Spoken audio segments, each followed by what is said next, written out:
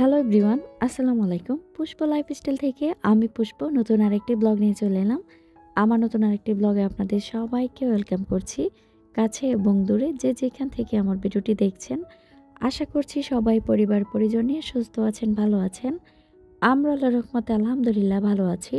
সবার সুস্থতা কামনায় আমি আমার আজকের ব্লগটি শুরু করছি। একটা কথা কি জানেন, আমরা যারা প্রবাসীর বউ আছি তাদের কিন্তু কষ্টের কোনো সীমা নেই। যারা প্রবাসীর বউরা আছে তারাই কিন্তু আমার এই কষ্টের কথাগুলো বুঝতে পারবে। জীবনের অনেকটাই সময় কিন্তু আমাদের একা একা পাড়ি দিতে হয়। তারপর কত ধরনের সমস্যা থাকে, সেগুলো একা একা ফেস করতে হয়। কিছু করার নেই, পরিস্থিতি সময়টাই এরকম, সব কিছু মেনে নিতে হয়। সবার কাজের ক্ষেত্রে কিন্তু এরকম। যারা দেশে চাকরি করে তারা কিন্তু চাকরির ক্ষেত্রে চাকরির জন্য অফিসে যায়, কাজ করে। তো প্রবাসীদের জীবনটাও কিন্তু এরকম। কাজের জন্য সেই বিদেশ যেতে হয়, টাকা পয়সা জোগাড় করে আবার দেশে আসতে হয়, ফ্যামিলিকে খেয়াল রাখতে হয়। এভাবেই কিন্তু প্রবাসীদের জীবন চলে এবং তাদের ফ্যামিলির জীবনটাও চলে। একটা সংসারকে সামনের দিকে এগিয়ে নেওয়ার জন্য কিন্তু একজন পুরুষের ভূমিকা অপরিহার্য, যা কখনো অস্বীকার করা যাবে না। একজন প্রবাসী যখন প্রবাসে পাড়ি জমায়, সে কিন্তু তার ফ্যামিলিকে দেশে রেখে যায়। তার খুব কষ্ট হয়, তারপরও কিন্তু সে তার ফ্যামিলির দিকে তাকিয়ে জীবনের অনেক সুখ ইচ্ছে বিসর্জন দেয়। ঠিক তেমনি তার ফ্যামিলিও কিন্তু অনেক কিছু বিসর্জন দেয়। আপনাদের স্বামী যারা দেশে আছে, আপনাদের পাশে আছে, আপনারা কিন্তু সময় হলেই তাদেরকে কাছে পান, সুখ দুঃখে, বিপদ আপদ সব কিছুতেই। কিন্তু প্রবাসীর ওয়াইফরা কিন্তু তাদের হাজব্যান্ডকে সবসময় কাছে পায় না। হয়তো বা 6 মাস, 1 বছর, 3 মাস বা 3 বছর পর পরও কেউ দেশে আসে। সেটা কিন্তু তাদের জীবনের সবচেয়ে সুন্দর একটা সময়। অনেক সময় দেখবেন একজন প্রবাসী যখন দেশে আসে, অনেকেই বলে যে অনেক কিছু নিয়ে এসেছে, কার্টন ভরে মাল নিয়ে এসেছে। আসলে কিন্তু প্রবাসীর ফ্যামিলির কাছে এই জিনিসগুলো খুবই তুচ্ছ। কারণ তারা যে তাদের প্রিয় মানুষটাকে এত দূরে রাখে, এতদিন পর পর যখন আসে, এগুলো কিন্তু তাদের জন্য আসলে কিছু না। আমার হাজব্যান্ড সবসময় একটা কথা বলে, এত কিছু যে নিয়ে আসে এগুলো তো খুবই তুচ্ছ। কারণ তোমরা যে আমার জন্য এত কিছু বিসর্জন দাও, আমি এত দূরে থাকি, এত কষ্ট করো, সেটাই তো আমার জন্য অনেক কিছু। আজকে ভিডিও শুরুতে এই কথাগুলো কেন বলছি জানেন? এই যে বাজার করা থেকে শুরু করে সংসারের টু জেড খেয়াল কিন্তু সব কিছু আমাকেই রাখতে হয়। বাজার করাটা আমার কাছে খুবই বিরক্ত লাগে মাঝে মধ্যে। অনেক সময় রান্না করতে গেলে দেখি যে বাজার নেই, বাজার আনতে হবে। এমন না যে টাকা শর্ট, আমি টাকার জন্য কোনো কিছু করতে পারছি না। টাকা আছে, কিন্তু মানুষের জন্য কিন্তু অনেক সময় দেখবেন অনেক কিছু হয়ে ওঠে না। যেটা আমার হাজবেন্ড থাকলে কোনো দিন আমি এই কষ্টটা করি না, বাজার করাটা। একটা বাজার শেষ হতে না হতেই দেখা যায় 10টা বাজার চলে আসে। এমনও বাজার করে মাঝে মধ্যে মনে হয় সবজির বাজারে গেলে পুরো সবজির বাজারটা বাসায় তুলে নিয়ে আসতে চায়। আর মাছের বাজারের কথা কি বলবো, মাছ কিনতে এত পছন্দ করে, কিনতে শুরু করলে শুধু কিনতেই থাকে। আমি যখন রাগ দেখাই এত মাছ কেন কিনো, তখন দেখা যায় মাছ কিনা বন্ধ করে। আর এই যে দেখুন, দেশে না থাকলে কি কষ্ট করতে হয়। 2-4টা সবজি করে কিন্তু আমাকেই কিনতে হয়। রান্না করতে গেলে দেখি সবজি নাই, যখন মনে হয় যে বাজারে যেতে হবে, আবার সবজি কিনতে হবে, সেজন্য কিন্তু আর বয়ে বাজারেও যায় না, সবজি ছাড়াই রান্না করি। সেজন্য কিন্তু দেখেন বেশিরভাগ ভিডিওতে যে আমি মুরগি রান্না করে ফেলি। আর মাছ রান্না করতে গেলে মনে হয় ফ্রিজটা খুলে বসে থাকি, আজকে কি মাছ রান্না করব, ফ্রিজে কোনো মাছ থাকে না।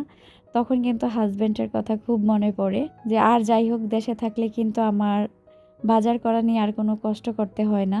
আচ্ছা, এখন ভিডিও রিলেটেড কিছু বলে নিই।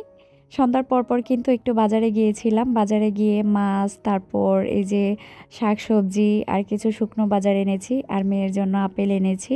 এখন হয়তো দেখে ভাবছেন যে আপু কেন পেঁয়াজগুলো এরকম হাঁড়ির মধ্যে রাখছে, পেঁয়াজ রাখার মনে হয় কোনো ঝুড়ি নেই। আসলে পেঁয়াজ রাখার একটা ঝুড়ি ছিল। আমার ভাগ্নি ওই দিন মাছের কাটে জ্বালাতে গিয়ে এটা একদম গলিয়ে ফেলেছে। ওই যে যাব করে কিনবো করে অনেক সময় কিনা হয় না, সময়ের অভাব, কোনটা রেখে কোনটা করব, সেজন্য কিন্তু আপাতত এভাবে হাঁড়িতেই রাখছি। যখন সময় পাই হয়তো বাবার কোনো ঝুড়ি কিনে আনবো। চলুন তাহলে একজন প্রবাসীর বউয়ের কমেন্ট পড়ে আসি। আমি প্রবাসীর বউ যে শুধু জ্বালাই থাকি তা না, প্রত্যেকটা প্রবাসীর বউ কিন্তু অনেক অনেক জ্বালাই থাকে। আমি এখন থেকে নিয়ত করেছি আমার প্রত্যেকটা ভিডিওতে 4-5 জন আপুর কমেন্ট পড়ব, মানে প্রতি ভিডিওতে। অনেক আপুরা কিন্তু অনেক মিষ্টি মিষ্টি কমেন্ট করেন, আমি আসলে তাদের কমেন্টগুলো না পড়ে থাকতে পারবো না। তাদের প্রতি আমার এই ভালোবাসা আমি সবার সাথে প্রকাশ করতে চাই। শাকিল আক্তার আইডি থেকে আপু লিখেছেন, আসসালামু আলাইকুম আপু, কেমন আছেন? অনেক দিন ধরে চেষ্টা করছিলাম আপনাকে কমেন্ট করার জন্য, কিন্তু পারছিলাম না। আজ পারলাম। আপু, আমারও 3টা মেয়ে সন্তান, আলহামদুলিল্লাহ। আপনাকে দেখে মনে সাহস যোগায় কিভাবে 4 বাচ্চা সামলে সব কিছু করেন। আমি মাঝে মধ্যে ধৈর্য হারা হয়ে যাই, পাগল পাগল লাগে। তো ওনার হাজব্যান্ডও কিন্তু বাহিরে থাকে। তো আপুর জন্য কিন্তু অনেক দোয়া রইল। আসলে আপু সব কিছুই পাগল পাগল লাগে, কিন্তু ধৈর্য হারা হলে হবে না। একটু মনের সাহস রাখুন, তাহলে দেখবেন সব কিছু একদিন ঠিক হয়ে যাবে। আরেকজন আপুর কমেন্ট পড়ছি, সিয়াম আইডি থেকে আমার মিষ্টি আপুটা কমেন্ট করেছে, আসসালামু আলাইকুম আপু, কেমন আছো? একসাথে 4 বাচ্চাকে দেখে খুব ভালো লাগলো।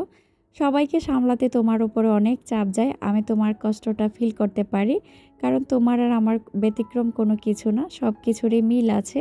আমার মিষ্টি আপুটা কিন্তু আরও লিখেছে, আপু তুমি যদি একদিন আমার কমেন্ট না পড়ো, আমার কাছে মনে হয় তুমি আমাকে ভুলে গেছো।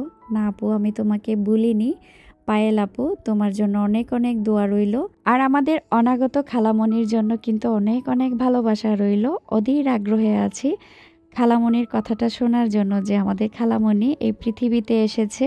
আর আপু, তুমি কোথায় থেকে আমার ভিডিওগুলো দেখো তা কিন্তু অবশ্যই আমাকে কমেন্ট করে জানিও। কথা বলতে বলতে কিন্তু খুবই ইম্পর্ট্যান্ট একটা কথা আপনাদের সাথে শেয়ার করতে ভুলে গেছি। আমি কিন্তু একজন ইউটিউবার আপুর কাছ থেকে ঘি অর্ডার করেছি। ঘিয়ের কথা শুনে অবশ্যই সবাই বুঝতে পেরেছেন আমি কোন আপুর কথা বলছি। হ্যাঁ, আমাদের প্রিয় শিশির আপু। আপু কিন্তু ঘিয়ের বিজনেস শুরু করেছে। ঘিয়ের যে পার্সেলটা, সেটা কিন্তু আমি 2 দিন আগে হাতে পেয়েছি। তো আপনাদের সাথে নিয়ে কিন্তু আমি এটাকে আনপ্যাক করব, আর সাথে কিন্তু রিভিউ দিব আসলে কি আপু আমাদেরকে ভালো ঘি দিচ্ছে নাকি কোনো ভেজাল ঘি দিচ্ছে। সেটা দেখতে হলে কিন্তু অবশ্যই ভিডিও শেষ পর্যন্ত থাকতে হবে। মোটামুটি বাসার ছোট বড় সবাই কিন্তু ঘি পছন্দ করে। অনেক দিন ধরে ভাবছিলাম যে আপুর পেজ থেকে আমি ঘি অর্ডার করব। তো দেখলাম যে আপু আবার অফারে দিচ্ছে। আবার অফার শুনে সবাই কিন্তু ভেবে নেবেন না যে অফার পেয়ে মনে হয় অর্ডার করেছি। ভাবছিলাম অর্ডার করব, সময় সুযোগের জন্য হচ্ছিল না। আর অফারও যেহেতু পেয়েছি, অর্ডারটাও করে ফেললাম। আমি কিন্তু এখানে 1 কেজি ঘি অর্ডার করেছি, 2টা প্যাকে আধা কেজি করে। তো আপুর পেজে কিন্তু 250 গ্রাম, 500 গ্রাম, 1000 গ্রাম ওইরকম বক্সে করে পাওয়া যায়। আপনারা যে যার মতো কিন্তু অর্ডার করে নিতে পারবেন। তো প্রথমে আগে রিভিউটা দিয়ে নিই আপু আসলে কি ঘি দিচ্ছে আমাদের। এতক্ষণ যে ভিডিওর অংশটা আপনারা দেখেছেন তা কিন্তু বৃহস্পতিবার রাত্রে, আর এখন যে ভিডিওর অংশটুকু দেখতে পাচ্ছেন এটা কিন্তু আজকে মানে শুক্রবারের দুপুরে রান্না বসানোর আগে কিন্তু আমি ঘিটা আনপ্যাক করছি। আর এখানে আমি বলে রাখি, আমি কিন্তু 1 কেজি ঘি অর্ডার করেছি। তো 1 কেজি ঘি কিন্তু আপু নর্মালি 1600 টাকা বিক্রি করে। তো উনি কিন্তু অফার প্রাইসে 1500 টাকা দিয়েছে। তো আমার ডেলিভারি চার্জও কিন্তু 1570 টাকা পড়েছে। আপনারা যদি কেউ আপুর কাছ থেকে গিয়ে অর্ডার করতে চান, সেই সুবিধার্থে কিন্তু আপুর যে ফেসবুক আইডিটা আমি এখানে স্ক্রিনশট দিয়ে ছবিটা দিয়ে দিয়েছি। আমি যখন ঘিয়ের বক্সের মুখটা খুলছিলাম, বিশ্বাস করেন চারদিকে ঘিয়ের এত সুন্দর একটা ঘ্রাণ পাচ্ছিলাম, আমার কাছে মনে হচ্ছিল এভাবে চামচ দিয়ে নিয়ে খেয়ে ফেলি। বারবার কিন্তু আমি ঘ্রাণটা শুনছিলাম। আর আজকে স্পেশাল ঘি দিয়েই কিন্তু স্পেশাল রান্না বান্না হচ্ছে। আজকে কাচ্চি বিরিয়ানি রান্না করব। আমি কিন্তু বিরিয়ানি, পোলাও, কাচ্চি যাই রান্না করি না কেন সেক্ষেত্রে কিন্তু ঘিটা ব্যবহার করি। আর আমার বাচ্চারা দেখা যায় গরম গরম ভাতের সাথে ঘি খেতে পছন্দ করে, সাথে ওর আব্বুও। আর সামনে যেহেতু শীত আসতেছে, সেই জন্য অর্ডারটা তাড়াতাড়ি করে ফেললাম। আমরা তো সবাই জানি ঘরে তৈরি জিনিসের মান যে কতটা ভালো হয়। বাচ্চাদেরকে যেহেতু খাওয়াবো, দ্বিতীয়বার কিন্তু চিন্তা ভাবনা করিনি, তাড়াতাড়ি করে অর্ডার করে ফেলেছি। আর একজন ইউটিউবার আপু যে এত কষ্ট করে উনি বিজনেসটা খুলেছে, আমাদের কিন্তু ওনাকে সবাই সাপোর্ট করা প্রয়োজন। কারণ একটা সংসার চালিয়ে তারপর ইউটিউব চ্যানেল চালিয়ে একটা বিজনেস চালানো কিন্তু অনেক কষ্টের ব্যাপার। আমরা চাইবো যে আপুকে সবাই পাশে থেকে সাপোর্ট করি, আপু অনেক দূর এগিয়ে যাক। আর আমরা যদি সামনে কোনো ব্যবসা শুরু করি, অবশ্যই আপু আমাদের কাছ থেকে অর্ডার করবে। শিশির আপু, তোমাকে কিন্তু অনেক ধন্যবাদ জানাচ্ছি। কষ্ট করে আমাদের জন্য এত মজার মজার ঘি তৈরি করছো, তাও আবার মানসম্মত। ইনশাল্লাহ নেক্সট টাইম আবার তোমার কাছ থেকে অর্ডার করব।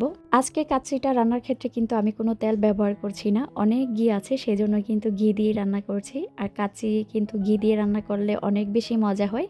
তো আমি যেভাবে কাচ্চি রান্না পারি সেভাবেই কিন্তু ট্রাই করতেছি, এখানে কিন্তু কোনো রেসিপি শেয়ার করছি না। আমার কিন্তু এই যে দেখুন মাংসটা আধা সিদ্ধ হয়ে গেছে, এখন চাউলটা দিয়ে দিলাম। তারপর কিন্তু উপরে দুধ মিশানো যে ঘি দিয়েছি সেটা কিন্তু ঢেলে দিলাম। এখন কয়লাটা দিয়ে দিচ্ছি একটু স্মোকি ফ্লেভার আনার জন্য। কাচ্চিটা যখন বাপে বসিয়েছিলাম এত মজার একটা স্মেল বের হচ্ছিল পুরো বাসার মধ্যে, খেতে কিন্তু অনেক মজা হয়েছিল।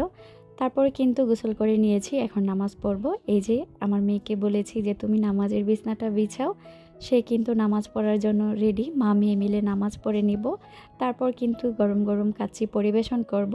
সবাই কিন্তু আমার মেয়ের জন্য মাশাল্লাহ বলতে ভুলবেন না, সবাই আমার মেয়ের জন্য দোয়া করবেন। যদিও সব আপুরা আমার মেয়ের জন্য অনেক দোয়া করে, আমার ছেলে মেয়ে সবার জন্য সবাই কিন্তু মন থেকে অনেক অনেক ভালোবাসা দিচ্ছে। আমি কিন্তু আপনাদের কাছে খুবই কৃতজ্ঞ। আপনাদের এই কমেন্টগুলো পড়লে আপনাদেরকে আমার খুবই আপন মনে হয়, যে আপন মানুষের মতো আপনারা এত সুন্দর সুন্দর কমেন্ট করে আমার পাশে থাকেন।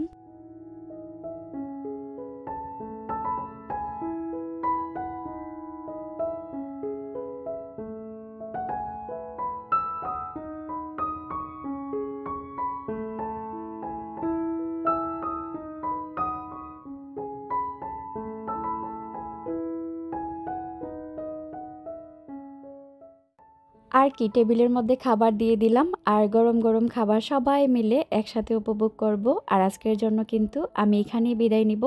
আবার কিন্তু চলে আসব নতুন আরেকটি ভিডিও নিয়ে। আপনারা সবাই ভালো থাকবেন, আমিও আমার পরিবারের জন্য সবাই দোয়া করবেন। আল্লাহ হাফেজ।